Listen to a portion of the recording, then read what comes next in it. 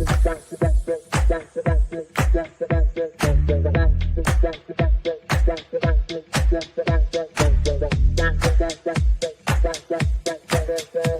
Connections Radio presents. Welcome to Vegas Hockey Hub here on PRConnectionsRadio.com, the voice of new media. I'm your host, Ian Rickelli. And on this edition of Vegas Hockey Hub, we are going to be looking into the future regarding your Vegas Golden Knights. And we are going to be discussing who should Vegas re-sign next off-season. And I understand that there is going to be some time in between here and now that certain decisions are going to be made. There are players that are going to have the option of being re-signed. But for this episode, and really this episode alone, we are essentially going to be spending some time and looking at the amount of players your Vegas Golden Knights have an opportunity to re-sign for the upcoming 2025 NHL offseason. So heading into the Vegas Golden Knights, I'm going to very quickly kind of establish this. There are over a dozen players the Vegas Golden Knights have that are going to be free agents next year. And when it comes to those guys who are over a dozen, I do want to mention that you have 4 who are restricted free agents, and then you have 15 that are unrestricted free agents. And overall, when it comes to your Vegas Golden Knights, they have extended some guys, they have left some guys exposed, but overall, when it comes to the Vegas Golden Knights, you are going to focus on over a dozen players for 2025. Now, as we get into this episode, I'm going to start out with the yes, okay? I am going to focus on the guys that will be re-signed by your Vegas Golden Knights. And these are going to be kind of your no-brainers, the guys that are really should be your extended guys with the Vegas Golden Knights. And in my opinion, there are 3 that are an obvious no-brainer for your Vegas Golden Knights organization. Starting out, Brayden McNabb, Nabber, original misfit. That is a yes by the Vegas Golden Knights. Is going to be a very clear statement. The Vegas Golden Knights having a veteran defenseman, Alex Pietrangelo, he's a part of it. But Brayden McNabb, yes, when it comes to a contract extension and when it comes to him being extended, it was obviously a no-brainer. There was a yes on that part. And keeping a day one asset like Brayden McNabb, it just makes so much sense for the Vegas Golden Knights. So there was a yes on that front. Brayden McNabb was the first one. An obvious yes when it comes to that. And regardless if it's been Kaden Korczak, if it's been Shea Theodore, whatever pairing you put Brayden McNabb, let's just say for argument's sake, even put Zach Whitecloud and Brayden McNabb together, McNabb would find a way to make that work. So he's kind of the first obvious one there, Brayden McNabb. And I'm not just saying this because your host, Ian Rickelli, his favorite player just so happens to be Brayden McNabb. But bias aside and putting, favoritism aside, Brayden McNabb, with his age, with his experience, with his shot blocking, it was an obvious yes for the Vegas Golden Knights in terms of re-signing heading into next offseason. The second one, that no-brainer by the Vegas Golden Knights, had to be Brett Howden. Brett Howden is your utility belt with the Vegas Golden Knights. Regardless if he is on line 2, line 3, line 4, you put him at the center, you put him at the wing. Regardless of where you put Brett Howden, he was going to be a guy that you have to extend with the Vegas Golden Knights organization. And overall, regardless of how much you have to pay a guy like Brett Howden, he was going to be worth every single cent for the Vegas Golden Knights organization. And it's just his, versatility that really shows off with the Vegas Golden Knights organization that makes him a valuable asset to this team. In a way, and stay with me here, in a way, it kind of reminds me a lot of, for example, a guy who is not here anymore, unfortunately, a guy who just left a while ago, and that was someone like Michael Amadio. Michael Amadio was a versatility guy who could play multiple lines if need be. Team player. That's the type of asset you need. And Brett Howden, once again, no-brainer with the Vegas Golden Knights. And then the last no-brainer for the Vegas Golden Knights.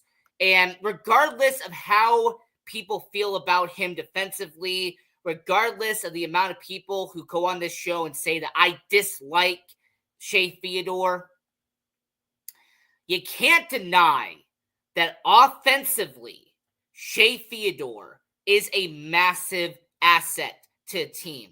You can't deny that when it comes to his defensive pairings, him and Brayden McNabb have been one of the most constant and consistent pairings the Vegas Golden Knights have had in franchise history. And when it comes to the contract that he had leading up into this, $5.25 million, he was going to clear that and then some with this extension with the Vegas Golden Knights. Now, there was some conversation about would they wait until the actual offseason or would they get it done during the season? During the season, that was what the ended up, scenario was going to be. But overall, Shea Theodore was the last of the no-brainers with the Vegas Golden Knights, okay? So when we're talking about who should Vegas re-sign next season, the three no-brainers, the 100% absolutes, was defenseman Brayden McNabb, was center Brett Howden, and defenseman Shea Theodore. Okay? Now, let's get into what I'm going to call the most likely. All right? This is the 90% possibility. Okay? These are three players that, unless something majorly goes wrong, okay, unless there is something that just derails and goes completely haywire, this is the most likely option with your Vegas Golden Knights. And starting out with this, let's go with the goaltender, the guy that they gave a one-year deal this offseason, but will arguably be one of the best backup goaltenders in the NHL in terms of quality, and that is Ilya Samsonov. And when it comes to Ilya Samsonov, this is a goaltender that has pretty much prevailed in almost every position he has been, short-term or long-term. Starting out in Washington, he proved himself there. He established himself in Washington. He moves over to Toronto. He had some quality starts there, even made some good opportunities there in Toronto. Now in Vegas, Ilya Samsonov as a backup goaltender. And look, listen, I'm not saying that in terms of re-signing Ilya Samsonov that you're going to give him, $9 million, $10 million, $11 million. I'm not saying you're going to make him one of the highest paid goalies in the NHL. No. But when you look at Ilya Samsonov as a backup caliber goaltender, and at this stage in his career, that seems what he is at this point. If you're the Vegas Golden Knights and you head into next offseason, and if you compare the two goalies that you have right now, and you sit to yourself and say, which one is going to cost less, but could provide more value in the long run, Ilya Samsonov will be that goaltender. And let's also be honest. In terms of versatility, Ilya Samsonov does provide more than what Adin Hill has been in terms of staying on the ice, being healthy, being there out throughout an entire season. So, overall, Ilya Samsonov, most likely, Vegas will reward him with a 2-year deal this upcoming offseason. I will be very stunned if the Vegas Golden Knights turn away Samsonov as a backup option.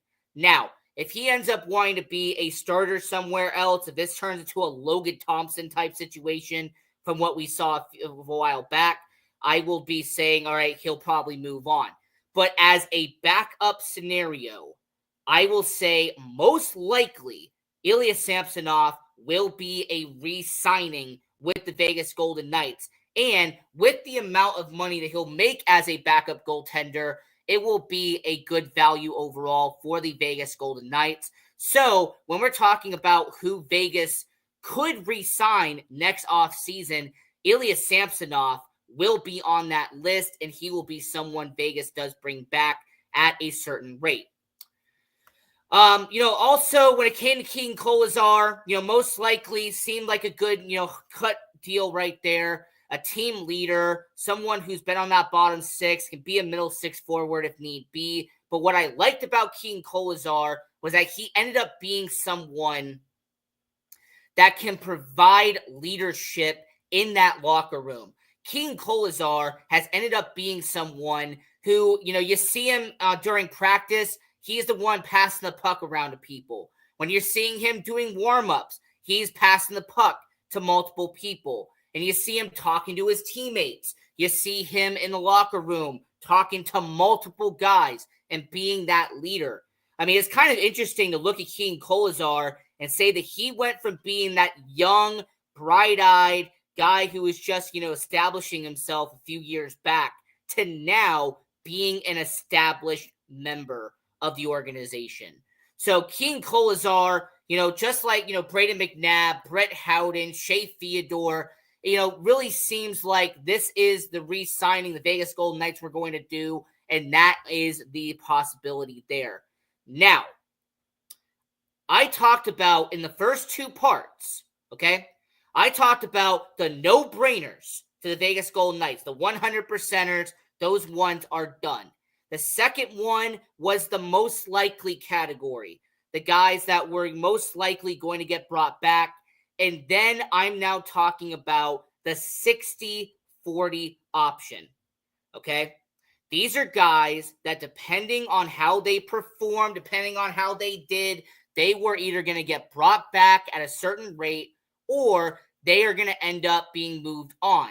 Now, when I talk about this, two of them are restricted free agents, okay? They are young enough, and they are classified as restricted free agents. So when I say there's a 60-40 chance, I'm talking about, will the Vegas Golden Knights decide to bring them back, or will they non-tender them and make them a UFA? And the first one, and the obvious guy that's in this category, is defenseman Nicholas Hague. Now, people who have been watching Vegas Golden Knights hockey, you know about his size. It's actually one of the best assets that Nicholas Hague has. This is someone 6'6". This is a guy who stands right in front of the net. He tries helping out tries to help out the goaltending with Hill, with Samsonov. And more importantly, when it comes to Nicholas Hague, this is someone who came from the inaugural 2017 draft class. And interesting enough, is the mainstay from that 2017 draft class. The three guys drafted in front of him, Glass, Suzuki, and Brandstrom, no longer with Vegas. Hague is the last one standing there. And over these 7 years that you have seen him progress from being an AHLer to just getting his feet wet in the NHL to being a Stanley Cup champion and now being an everyday guy with the Vegas Golden Knights, he has become your steady rock on the third defensive pairing. And we even saw for a little bit him team up with Noah Hanifin, which I actually like seeing. And if it was my opinion, you would team him up even a little bit more. Because when Hanifin and Hague played towards the back end of last season, and we even saw a little bit this year, Nicholas Hague has ended up becoming a real good chemistry-wise with Noah Hanifin. I wish we could see more of that more often. But when it comes to Nicholas Hague, the reason why I'm leaning towards yes is because his performance backs up his RFA. If he was not contributing, I would lean towards him being let go because the Vegas Golden Knights have 9 defensemen that are going to be heading into next year. There's going to be 1 or 2 guys that are either going to be let go, they're going to be traded, or there's going to be a situation where they just get sent right back down to the minors and they're forced to be in there for a while. But with Nicholas Hague, he will be a guy that will end up being an everyday with the NHL and with the Vegas Golden Knights organization. So overall, when it comes to a guy like Nicholas Hague, yes, you could trade him. All right, you could trade him. You could upgrade the forward line. But then the issue is going to be when you have those defensemen. All right, you have Pietrangelo, Hanifin. We talked about McNabb. We talked about Theodore earlier. So if you trade Hague, let's just talk about it. Are you going to have Korczak be an everyday defenseman? Are you going to have Whitecloud? Is it going to be Hutton? Is there some defensemen down in the minors that you think might get brought up and then replace him as an everyday guy?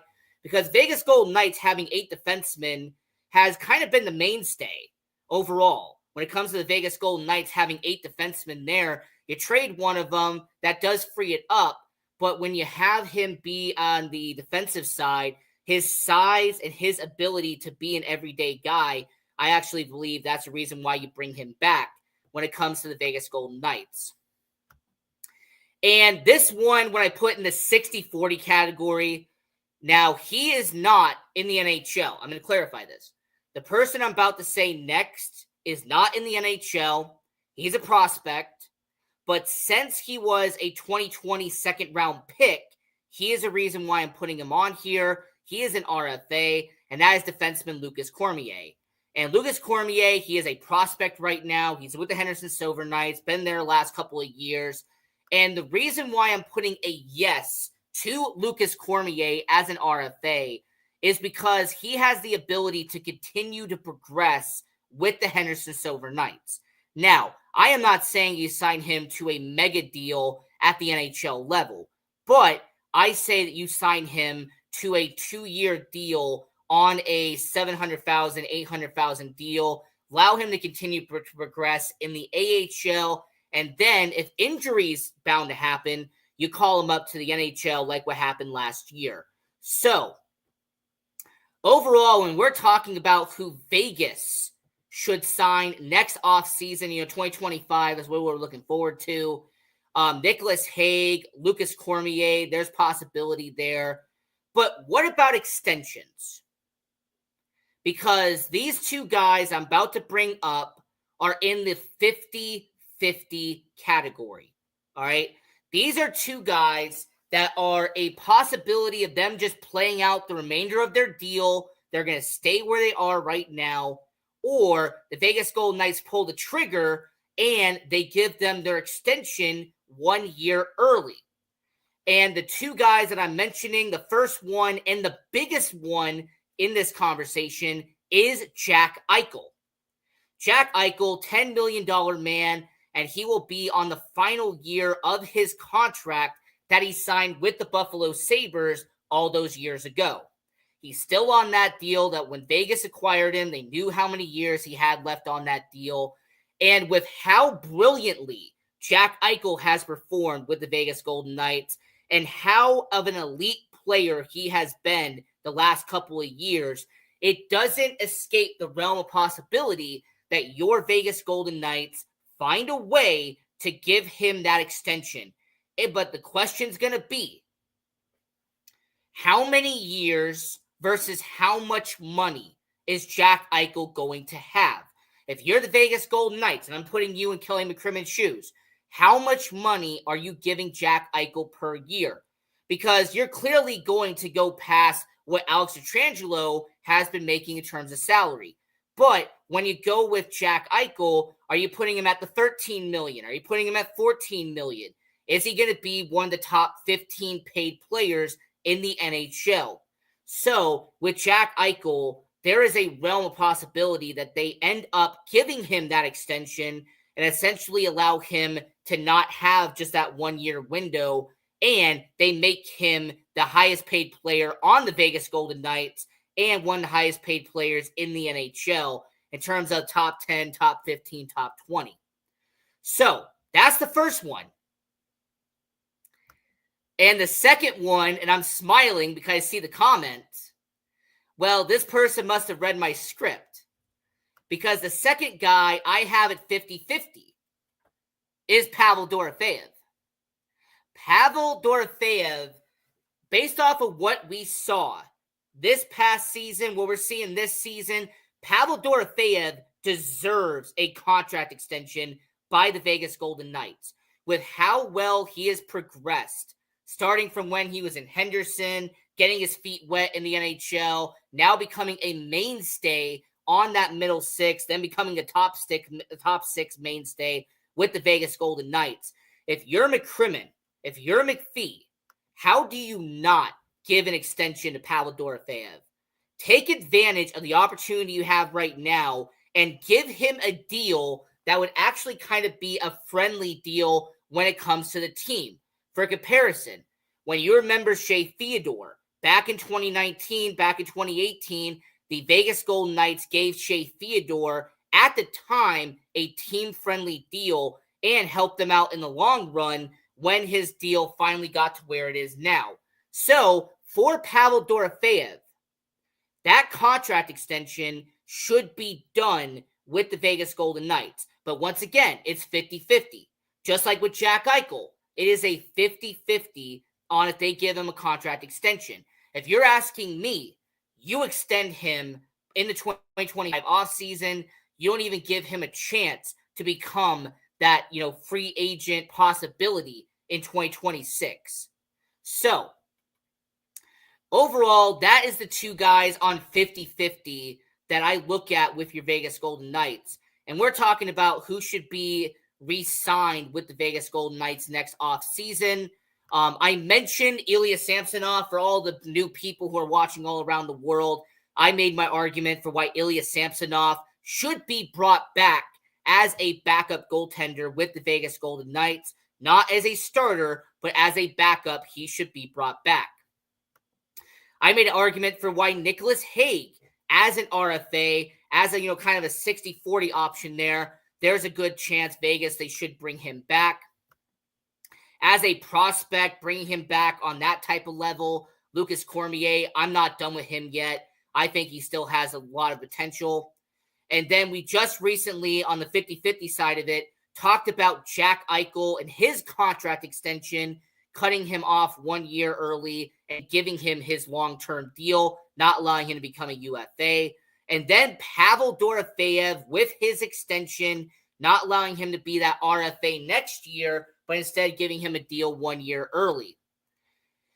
Now, the next two players, I am putting on the 40-60 mark. All right, 40%, they come back. 60%, they don't come back. And this one's going to be controversial, I know for sure. But Adin Hill, I'm not bringing back for a certain amount of money. Okay? Now, if he wants to come back at around $5 million, $6 million, if he wants to, do it around there, $6.5 million, I would say Adin Hill, you come back at that price. That does make a lot of sense. However, if Adin Hill, if his market value is around $7.5 million, $8 million, even $9 million for Adin Hill, if you're the Vegas Golden Knights, you have to stop and ask yourself, for that much amount of money, are you willing to give that to Adin Hill? As a starting goaltender, looking at his metrics that we have seen, is he worth $7.5 million, $8 million as a goaltender? So for the right price, that's why I'm doing 40-60 here. For the right price, Adin Hill, I say sure, bring him back. But if he exceeds a certain value, and by the way, considering what happens with the Four Nations face-off, that's going to, see what happens there. If Team Canada ends up doing anything with Adin Hill, we'll see how his value goes. And end of the year, come playoff time, if your Vegas Golden Knights end up making any run at all, that would also increase his value when it comes to Adin Hill. So next offseason, if his contract is like $5-6 million, I say yes, bring him back.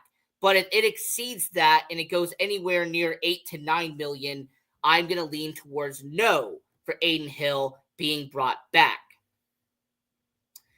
And this next one, this one's kind of a similar situation.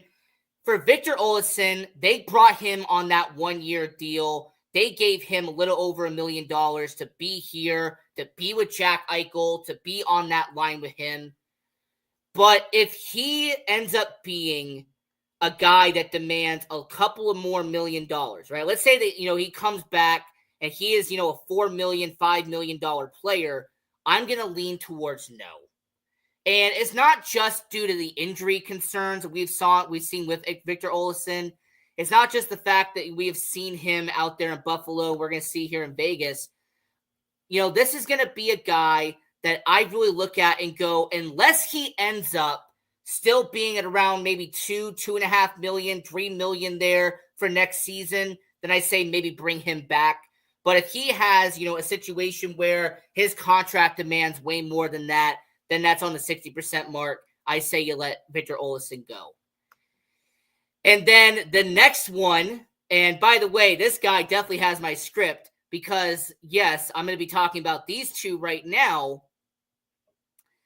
These two are RFAs, and I am putting them on the 25-75% mark. Okay? These two, I say 25% bring them back, 75% let him go. And the first one is a former first-round pick, and that is Brendan Brisson. This is an RFA. He was a first-round pick in 2020.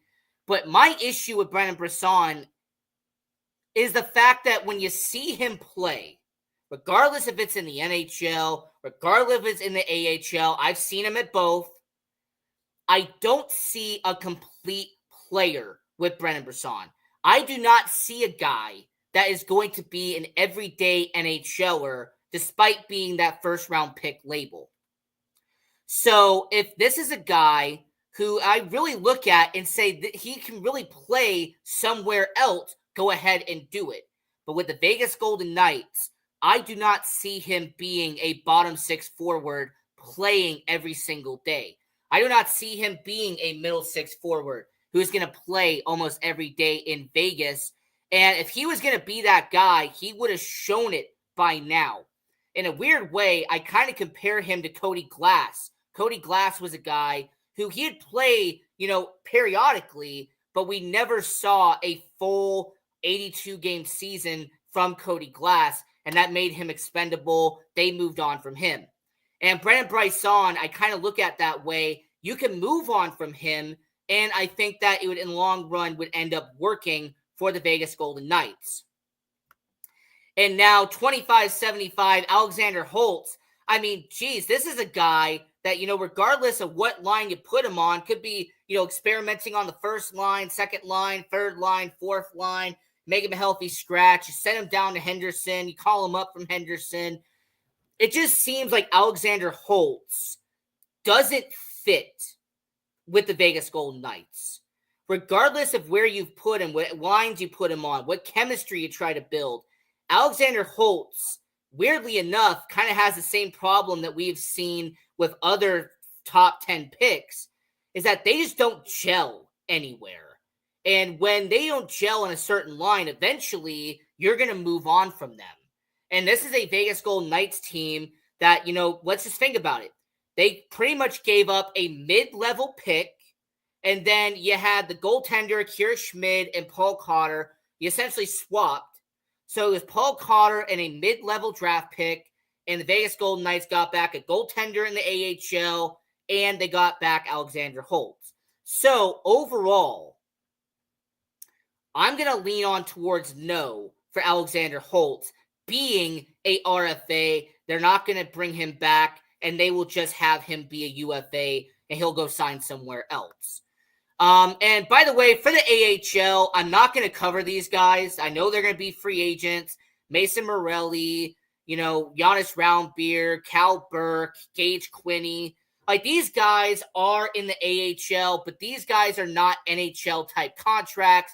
Gregory Diansenko, I know he's in a group UF6. Roundbeer's in a group UF6. But when it comes to the AHL, I just don't want to cover them in that much depth, whereas I did for everybody else. So this was our video here on Vegas Hockey Hub with your host, Ian Rickelli, talking about who Vegas should re-sign next offseason. If you like this video, give it a thumbs up. Subscribe to the YouTube channel if you can. That would help us out greatly. And subscribe to all of our content. We are on all major social media platforms all around the world. And until next time, I'm your host, Ian Rickelli, and go Knights, go! PR Connections Radio thanks you for watching this podcast. Check out more episodes of this show and our others at prconnectionsradio.com.